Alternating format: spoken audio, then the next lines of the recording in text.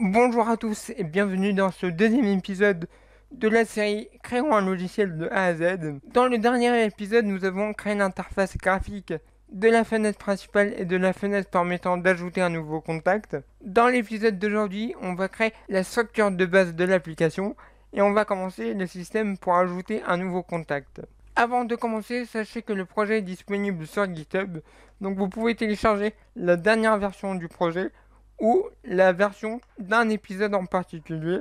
Donc pour l'instant, il y a juste l'épisode 1, mais au fur et à mesure que les épisodes sortiront, il y aura d'autres versions. Donc voilà, on peut passer à l'épisode d'aujourd'hui. Donc comme je l'ai dit, on va créer la structure de base de l'application. On va créer quelques classes. Donc dans cet épisode, on va créer 3 classes. Et ces classes-là, on va les mettre dans un dossier spécial. Alors vous n'êtes pas obligé, mais moi, j'aime bien créer un dossier où je mets tous mes scripts. Donc on va faire clic droit sur le projet, ajouter, et on va ajouter un nouveau dossier. On va l'appeler script. On va faire clic droit sur le projet, on va ajouter une nouvelle classe. Cette classe sera la classe contact. Elle va contenir les informations d'un contact. Donc son prénom, son nom, son adresse, son email, etc., etc. On va pouvoir la déplacer dans le dossier script. On va enlever les using inutiles. On va passer cette classe en public et on va créer quelques variables. Les variables vont correspondre aux informations d'un contact. Donc c'est tout simplement les informations qu'on peut retrouver ici. Donc l'image, le nom, le prénom, l'email, etc., etc. Alors sauf le groupe on va le gérer différemment, vous allez voir. Donc on va créer une variable pour chaque champ. Donc private, string, là on va mettre le prénom, donc first name. Une deuxième variable qui va contenir le nom, donc last name. Une troisième variable qui va contenir l'email, qu'on va appeler email. Une autre variable de type string qui va contenir le numéro de téléphone, on va l'appeler tel. Une autre variable qui va contenir l'adresse, donc de type string, et on va l'appeler adresse. Une autre variable de type string qui va contenir la ville, on va l'appeler city. Et une dernière variable de type image cette fois-ci. Alors pour pouvoir utiliser les variables de type image, il faut ajouter un using. Donc ici on va ajouter using system.drawing. Et maintenant on peut créer une variable de type image. On va l'appeler photo. Voilà pour les variables. Maintenant, on va créer des propriétés pour chaque variable. Alors, vous pouvez ne pas créer des propriétés et utiliser directement les variables, mais il faut simplement les passer en public. Moi, j'aime bien créer des propriétés pour chaque variable. Ça permet un meilleur contrôle sur les valeurs des variables. Donc on va créer des propriétés pour chaque variable. La première, elle sera de type string et sera pour le first name. Donc on va l'appeler first name avec F majuscule. Donc les propriétés, hein, ça commence toujours par une majuscule.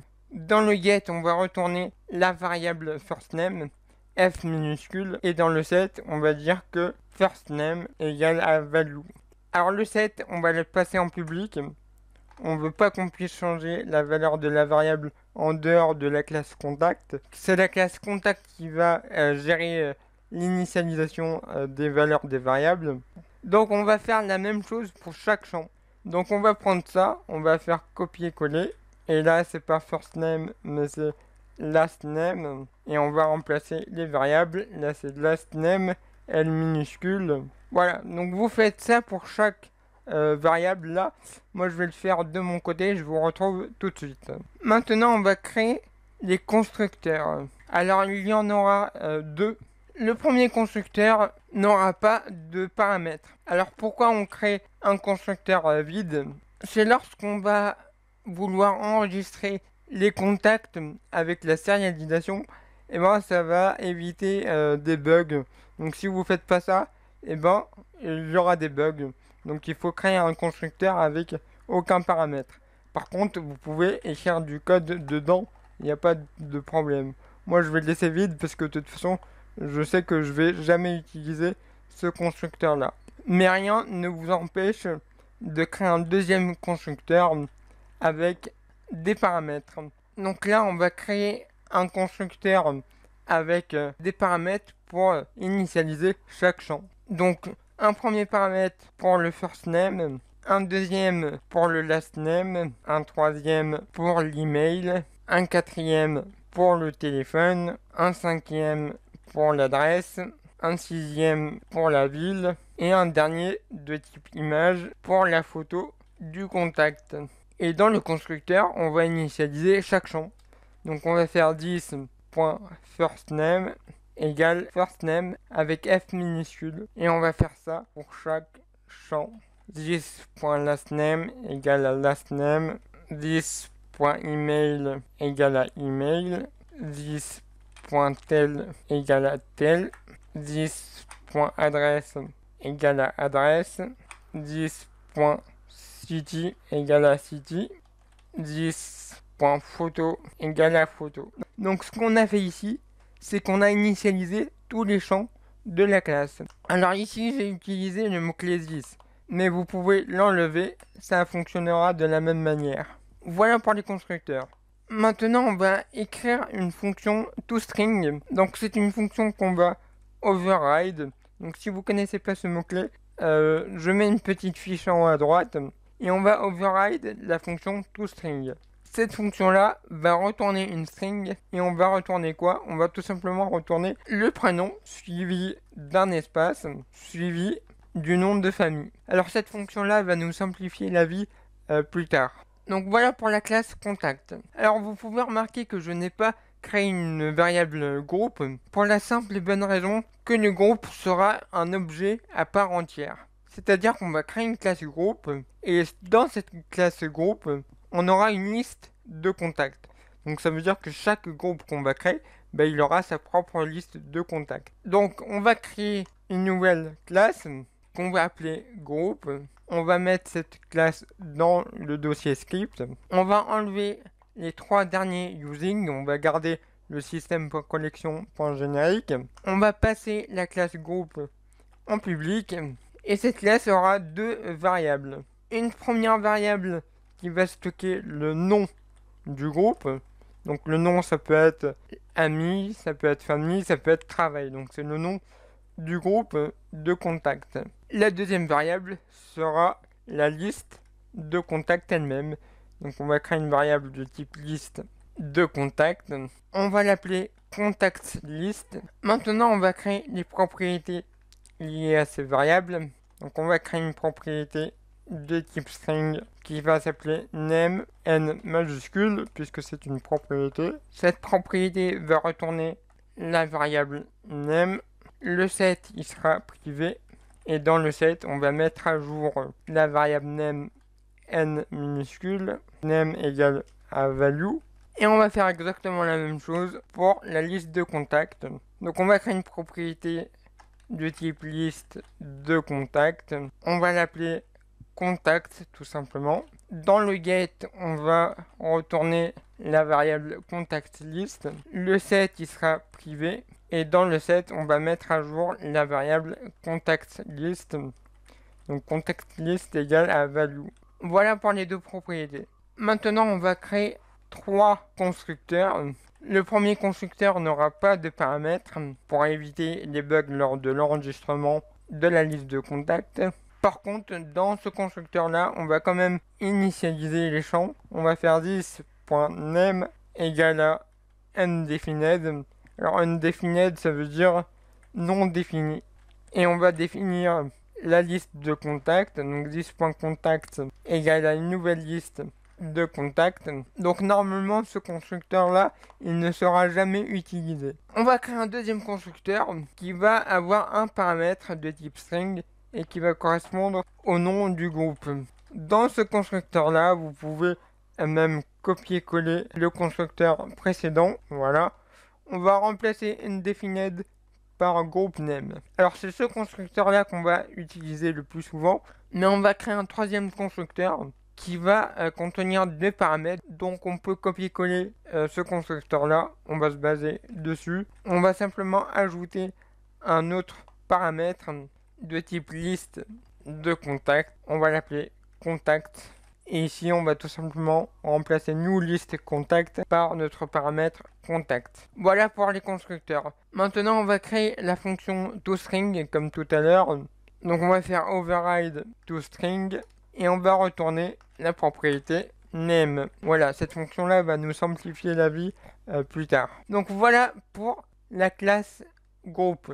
Alors on va créer une troisième classe. Cette classe-là sera statique, c'est-à-dire qu'on pourra y accéder depuis n'importe où dans notre application sans devoir instancier l'objet. Cette classe va stocker les données de l'utilisateur actuellement chargé. Donc on va créer une nouvelle classe, clic droit, ajouter classe. On va l'appeler global. On va supprimer les using inutiles, sauf le système.collection.générique. On va passer cette classe à public et statique. Et cette classe va contenir une variable pour l'instant. Et cette variable sera une liste de groupes. Donc cette variable sera un public statique et ce sera une liste de groupes. Et on va l'appeler contact group. Elle sera égale à une nouvelle liste de groupes. Alors là, on a une liste de groupes et chaque groupe a son propre liste de contacts. Donc j'espère que vous comprenez la structure. Alors comme pour l'instant on ne peut pas créer de groupes depuis l'application, on va créer nous-mêmes des groupes d'exemples. Donc on va ouvrir des crochets, enfin des accolades, et on va créer quelques groupes. Donc là on va créer le groupe amis par exemple. On va créer un autre groupe qui va s'appeler travail. Et on va créer un dernier groupe qui va s'appeler famille. Donc là on a ajouté 3 groupes d'exemples, mais bien évidemment par la suite ce sera l'utilisateur qui va ajouter ses propres groupes. Maintenant qu'on a créé la structure de base de notre application, on peut commencer à créer le système d'ajout d'un nouveau contact. Alors on va pas pouvoir terminer ce système dans cet épisode, mais on va commencer ce système et on va le finir dans le prochain épisode. Donc la première chose à faire, c'est que dans notre fenêtre principale, on puisse ouvrir la fenêtre d'ajout d'un nouveau contact. Donc quand on clique sur ajouter, on veut que la fenêtre d'ajout de contact s'ouvre. Alors pour cela, on va aller dans la fenêtre principale. On va double-cliquer sur le bouton pour créer l'événement clic. On va créer une variable de type add contact window. Je vais l'appeler ACW pour add contact window.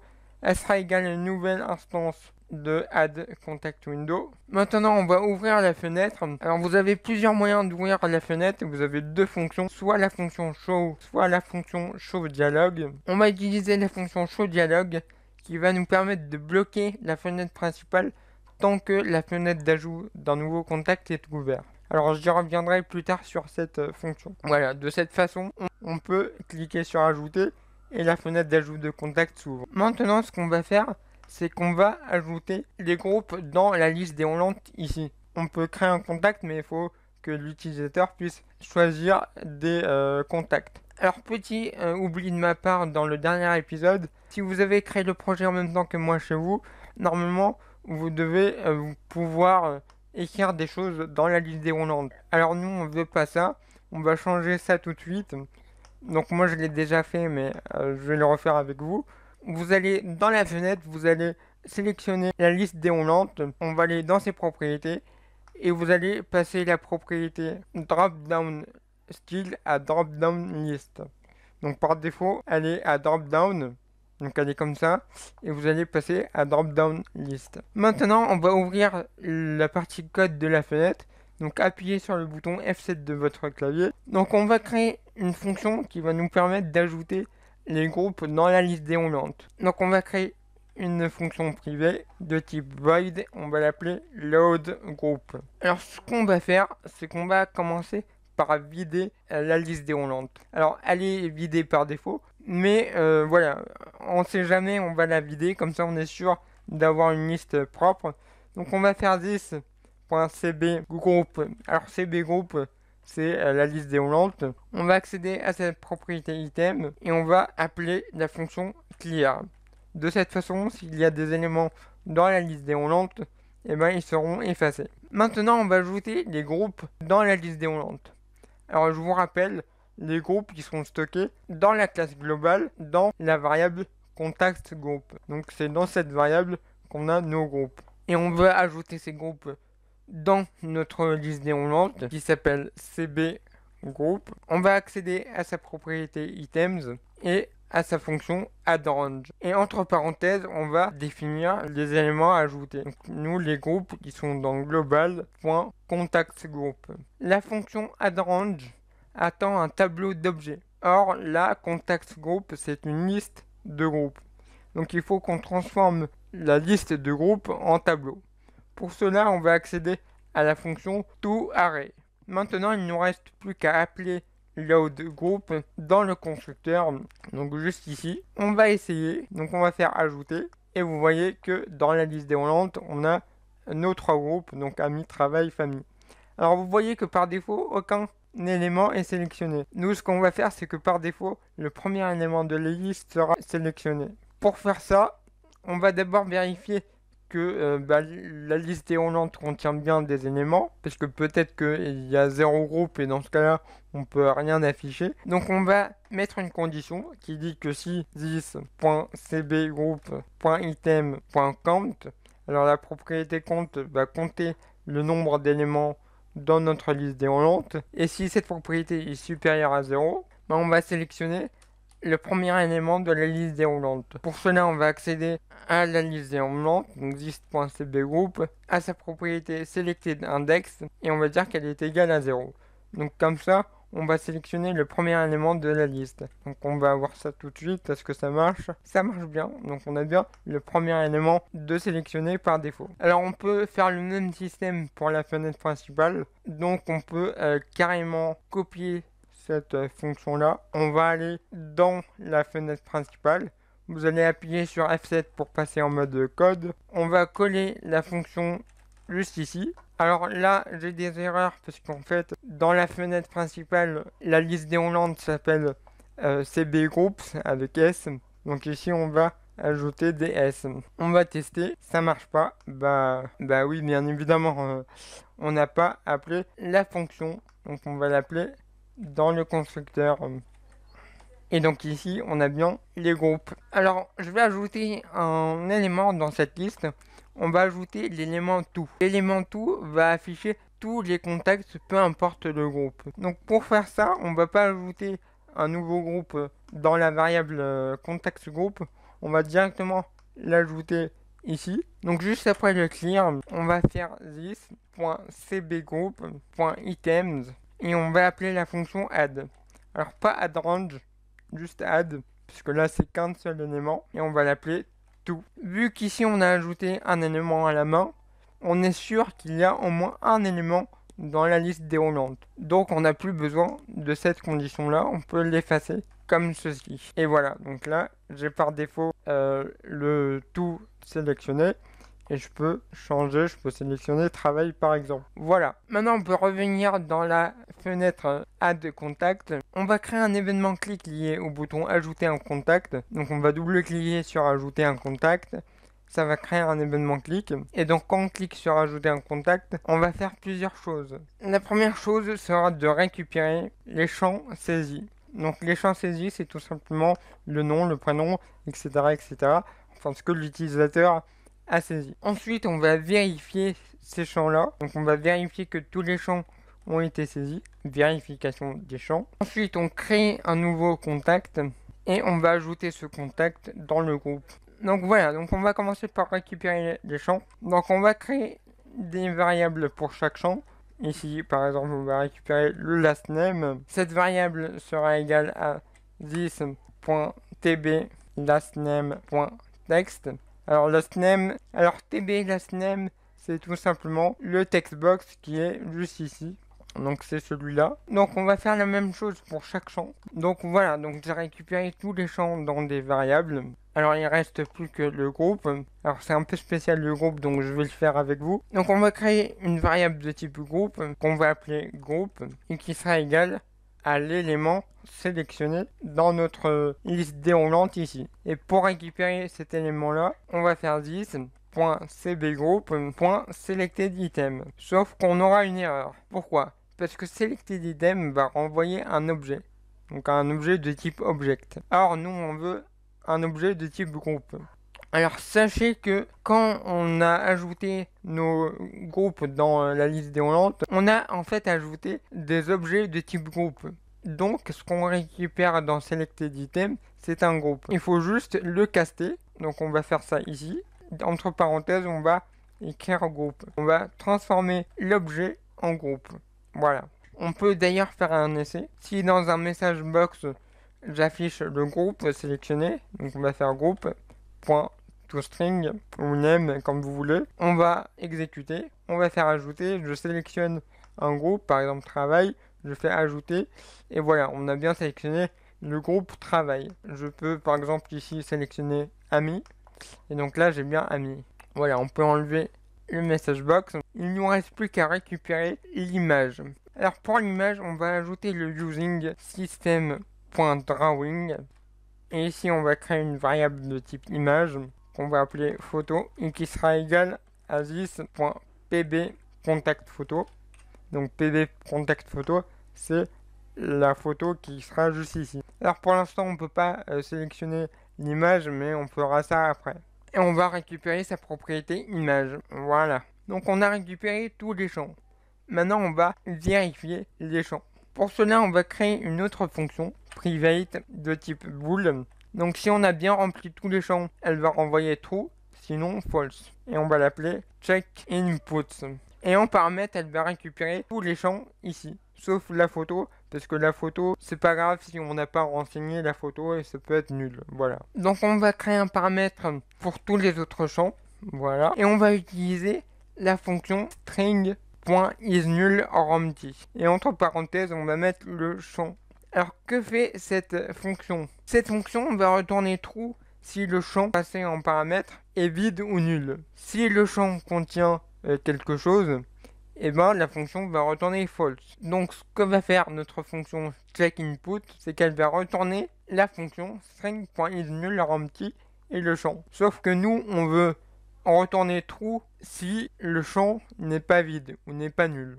Donc pour cela, on va mettre un point d'interrogation ici. Et bien évidemment, il faut qu'on vérifie tous les champs. Donc ici, on va mettre par exemple first name, mais il faut qu'on vérifie aussi le champ last name, email, etc., etc. Donc pour faire ça, on va copier ça. On va à la ligne. Vous pouvez rester sur la même ligne, mais moi je vais à la ligne pour bien voir ce qui se passe. Et on va coller ça ici. Et on va remplacer first name par last name. Et on va faire ça pour chaque champ. Donc là, on va rajouter le i commercial. Ici, il y aura l'email, un i. On va vérifier le téléphone. On va vérifier l'adresse, la ville. Et pour le groupe, alors le groupe, c'est pas une string. Donc on va dire que si le groupe est différent de nul. Donc voilà, le groupe, il doit être différent de nul, il doit contenir un objet à l'intérieur. Voilà pour cette fonction.